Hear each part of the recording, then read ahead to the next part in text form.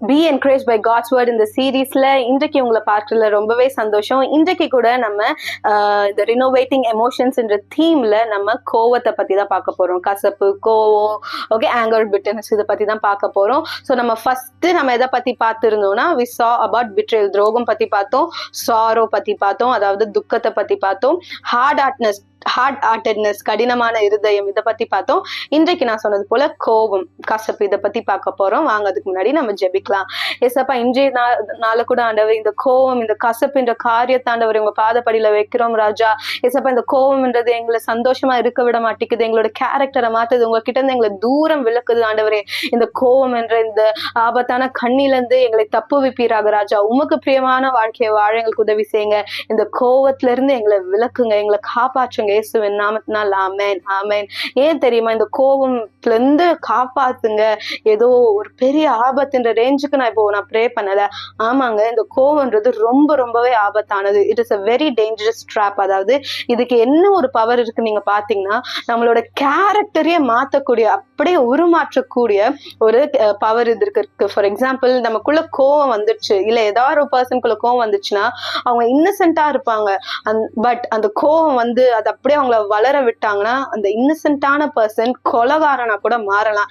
S, நம்ம அந்த கோவத்தை ஸ்டார்டிங்லேயே டீல் பண்ணல, ஸ்டார்டிங்லேயே அதை லெட் அவுட் பண்ணல, ஸ்டார்டிங்லேயே நம்ம தேவன் கிட்ட கொண்டு போகல அப்படின்னு பாத்தீங்கன்னா நம்மளோட கேரக்டரே மாத்துறதுக்கான ஒரு ஒரு டிசீவிங்கான, ஒரு கன்னிங்கான ஒரு பவர் அந்த கோவத்துக்கு இருக்கு.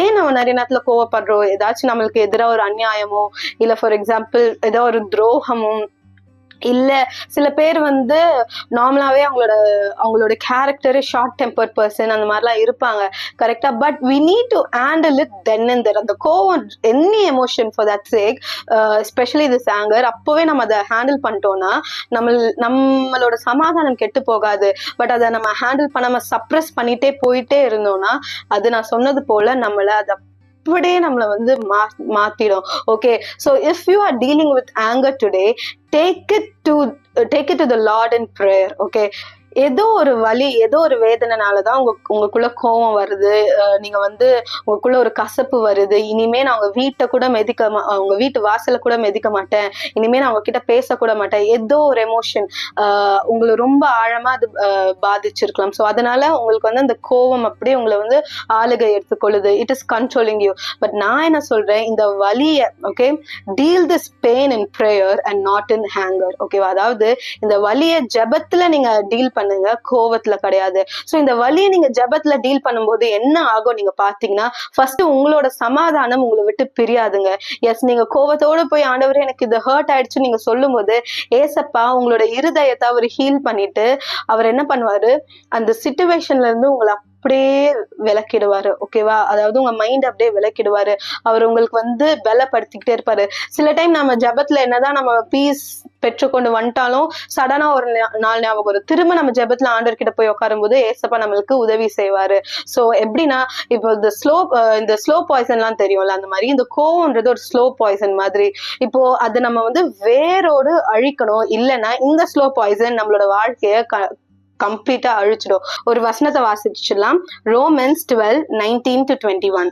பிரியமானவர்களே, பழிவாங்குதல் எனக்குரியது, நானே பதில் செய்வேன் என்று கர்த்தர் சொல்லுகிறார் என்று எழுதியிருக்கிறபடியால் நீங்கள் பழிவாங்காமல் கோபாக்கினைக்கு இடம் கொடுங்கள்.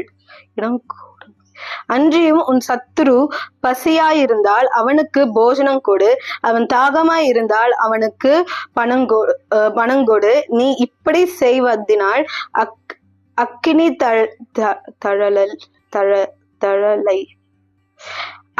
தழலை அவன் தலையின் மேல் குவிப்பாய். நீ தீமையினாலே வெல்லப்படாமல் தீமையை நன்மையினாலே வெல்லு. ஓகே, சோ ஆண்டவர் இங்க நமக்கு தெளிவா சொல்லிட்டாரு, கோபம் நமக்குரியது இல்ல, ஆண்டவர் அதை பார்த்துப்பாரு. The revenge is the Lord's, vengeance is the Lord's. அவர் பார்த்துப்பாரு. ஆனா நம்ம சத்ரு நம்மளை தேடி வரும்போது அவங்களுக்கு நம்ம உதவி செய்யணும். அப்படி செய்யும்போது நம்ம அவங்க மேல அக்னி தழலை வைக்கிறோமா? ஓகே, சோ நம்ம தீமைனால வெல்லாம தீமைய நன்மையினால வெல்லலாம். சோ இந்த கோவன்றத நமக்குள்ள வேறு விடாம அதை வேரோட பிடுங்கி எடுங்க ஏசப்பான்னு அவர்கிட்ட நம்ம ஒப்பு கொடுத்து, இது இது வரைக்கும் யாருனாலலாம் நம்ம ஹர்ட் ஆயிருக்கோமோ, என்னென்ன சிச்சுவேஷன்னாலாம் நம்ம ஹர்ட் ஆயிருக்குமோ, நம்மளோட கோவத்தை எதெல்லாம் தூண்டி விட்டுருக்கோ அது எல்லாத்தையும் ஆண்டவரோட பாதத்துல வச்சுட்டு, ஏசப்பா என்னை ஓவர் கம் பண்ண உதவி செய்யுங்க, நான் கோவத்தோடு வாழ மாட்டேன், உங்களோட பிள்ளையா வாழ எங்களுக்கு உதவி செய்யுங்க அப்படின்றத கேட்போம். வாங்க ஜெபிக்கலாமா? ஏசப்பா, உங்களுக்கு தெரியும் ஆண்டவரே எங்களுக்கு நடந்த ஒரு ஒரு காரியமும் ராஜா. எதனால இந்த கோபம் வந்தது, எப்படி இந்த கோபம் வேர் எடுத்தது, எப்படி அது ஒரு மரமா வளர்ந்துருக்குன்னு எங்களுக்கு தெரியல. பட் இந்த கோபத்தை வேருடன் பிடுங்கி எடுக்கிற வல்லமை உமக்கு இருக்கு ஆண்டவரே.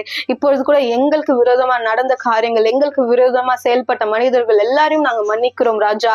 அப்ப இந்த கோபம்ன்றது எங்களோட கேரக்டரை மாத்தாதபடிக்கு உம்முடைய சாயலாக நாங்க வளரணும் ஆண்டவரே. ஆவியின் கனி எங்களுக்குள்ள உற்பத்தி ஆகணும் ராஜா. அந்த கனி உற்பத்தி ஆகாதபடிக்கு இந்த கோபம் ஆண்டவரே, அந்த நீங்க ஆண்டவரை விதைச்ச ஒரு ஒரு வார்த்தையை அது கொன்று போட்டே வருது தகப்பனே. இந்த கோவத்தை அடிமட்டம் நீங்க முற்றிலுமாக ராஜா, முற்றிலுமாக அதை வேருடன் பிடுங்கி எடுத்து போற்றுங்க. இயேசுவின் நாமத்தினால ஜெபிக்கிறேன் ஜீவன் நல்ல பிதாவே, ஆமீன். ஆமீன். God bless you. Have a great day.